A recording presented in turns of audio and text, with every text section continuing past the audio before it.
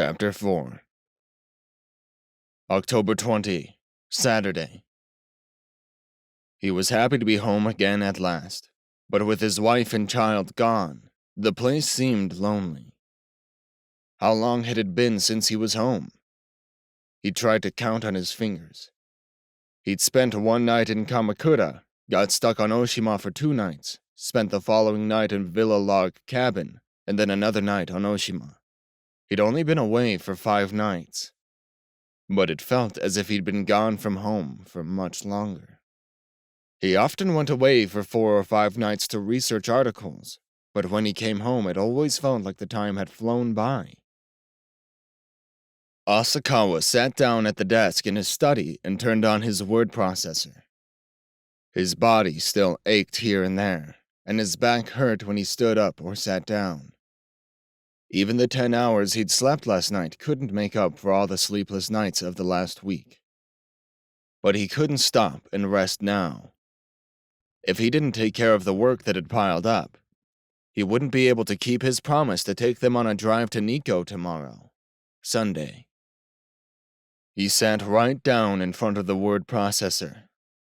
He'd already saved the first half of the report on a floppy disk.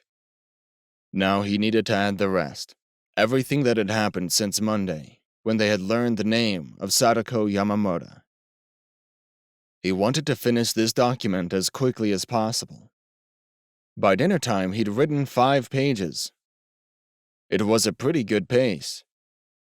The speed of Asakawa's writing usually picked up as the night wore on. At this rate, he'd be able to relax and enjoy seeing his wife and daughter tomorrow.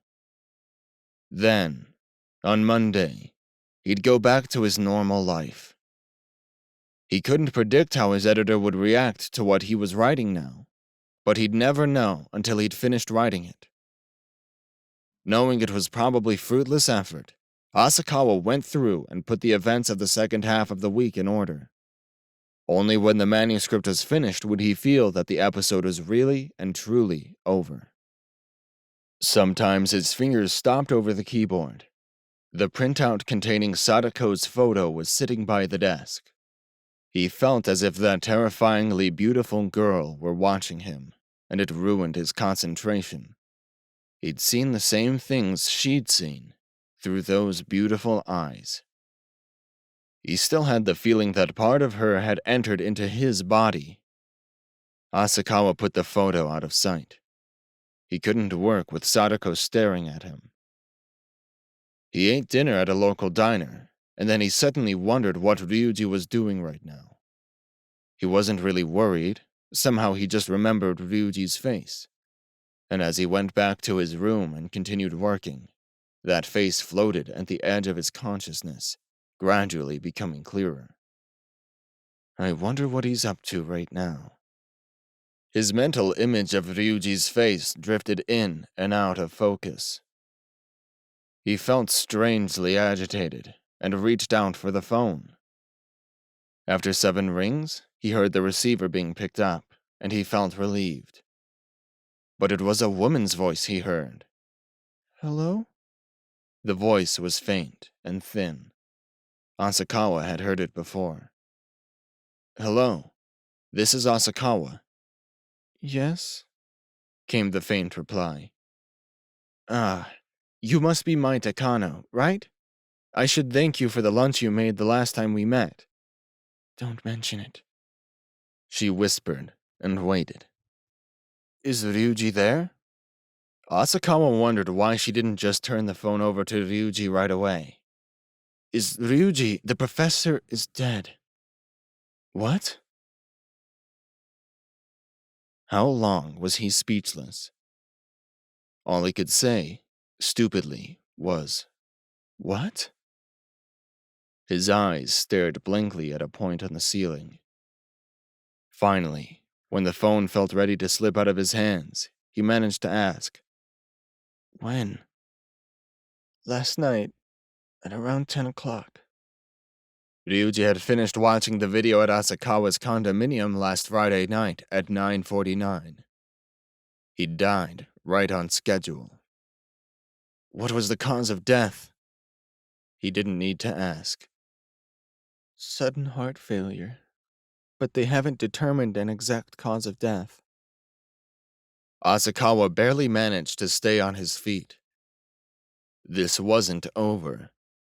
They'd just entered the second round. Mai, are you going to be there for a while? Yes, I need to put the professor's papers in order. I'll be over right away. Wait for me. Asakawa hung up the phone and sank to the floor. His wife and daughter's deadline was tomorrow morning at 11.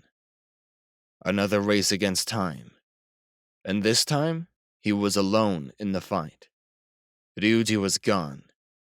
He couldn't stay on the floor like this. He had to take action. Quickly. Right now. He stepped out onto the street and gauged the traffic situation. It looked like driving would be faster than taking the train. He crossed at the crossing and climbed into the rental car, parked at the curb. He was glad he'd extended the rental another day so he could pick up his family. What did this mean? Hands gripping the wheel, he tried to get his thoughts together.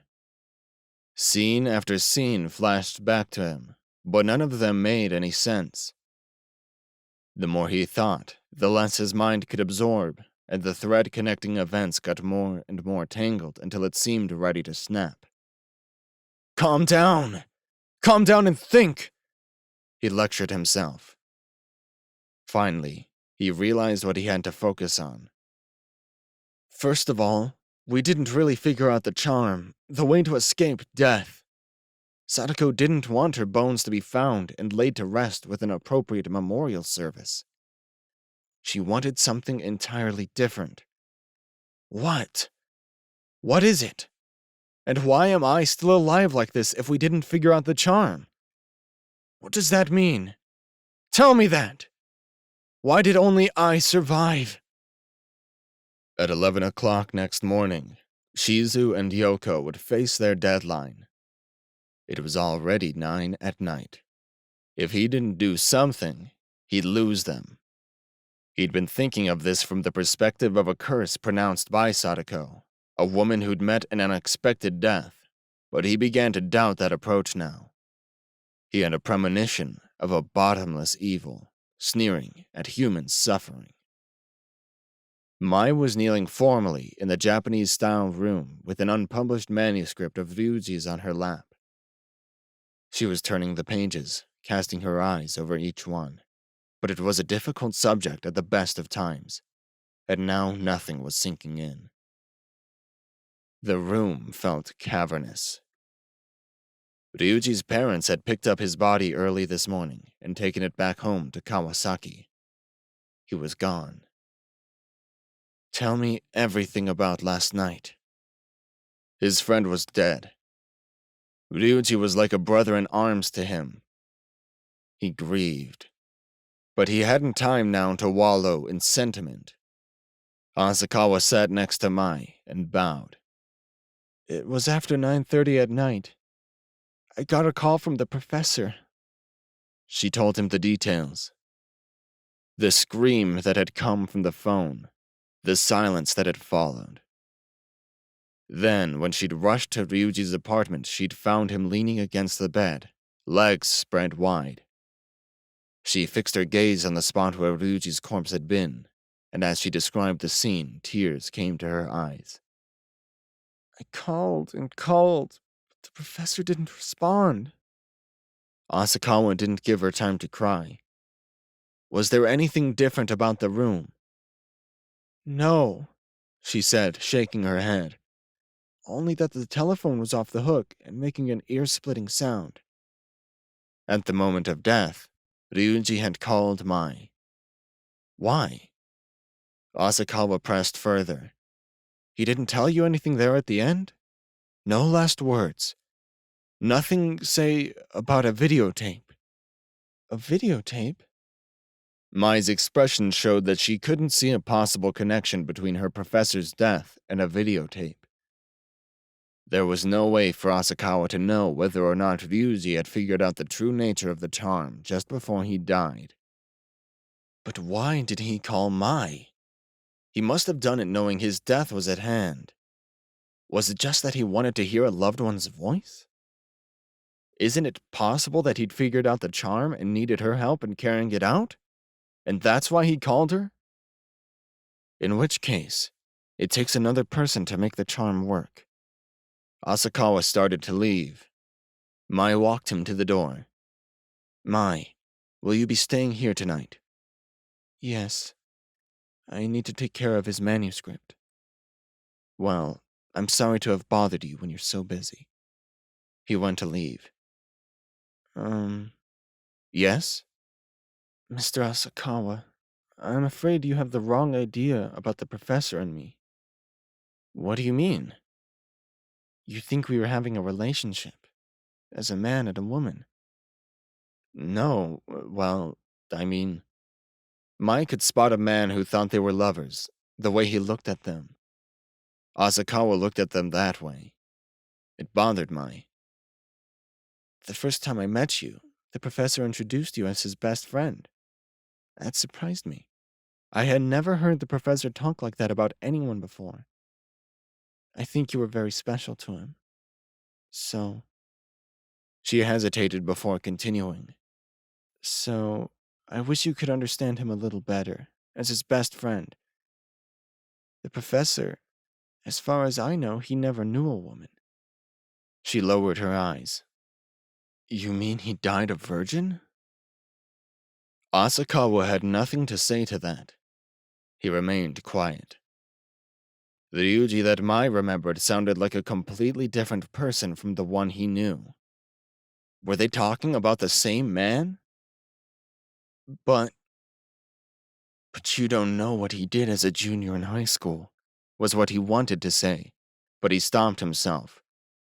He had no desire to dredge up a dead man's crimes, and he didn't feel like destroying Mai's cherished image of Ryuji. Not only that, he found himself with new doubts. Asakawa believed in a woman's intuition. Mai seemed to have been pretty close to Ryuji, and if she said he was a virgin, he had to consider that a credible theory. In other words, maybe the whole thing about raping a college girl in his neighborhood had been nothing more than fiction. The professor was like a child when he was with me. He told me everything. He didn't hide anything. I know almost everything there is to know about his youth, his pain. Is that so? Was all Asakawa could say in response. When he was with me, he was as innocent as a 10-year-old boy. When there was a third person around, he was the gentleman. And with you, I imagine he probably played the scoundrel. Am I right? If he hadn't... Mai softly reached down for her white handbag, took out a handkerchief, and dabbed at her eyes. If he hadn't put on an act like that, he never would have been able to get along in the world. Do you see what I'm saying? Can you understand that? Asakawa was shocked more than anything. But then something struck him. For a guy who'd been good at his studies and excelled at sports, Ryuji had been quite a loner. He hadn't had one close friend. He was so pure, not superficial like those jerks I go to school with. They couldn't compare to him. Mai's handkerchief was soaked with tears by now. Standing in the doorway, Asakawa found that he had too much to think about to be able to come up with any suitable words to leave with Mai.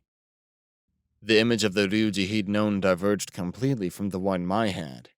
His view of the man had become so unfocused now as to be unrecognizable. There was a darkness concealed within Ryuji. No matter how he struggled, Asakawa couldn't completely grasp his personality. Had he really raped that girl in high school? Asakawa had no way of knowing that, nor whether he'd continued doing things like that, as he'd said he had. And right now, with his family's deadline coming up tomorrow, Asakawa really didn't want to worry himself with anything else. So all he said was, Ryuji was my best friend too. The words must have pleased Mai. Her adorable face broke into an expression that could have been a smile or could have been more weeping, and she bowed ever so slightly.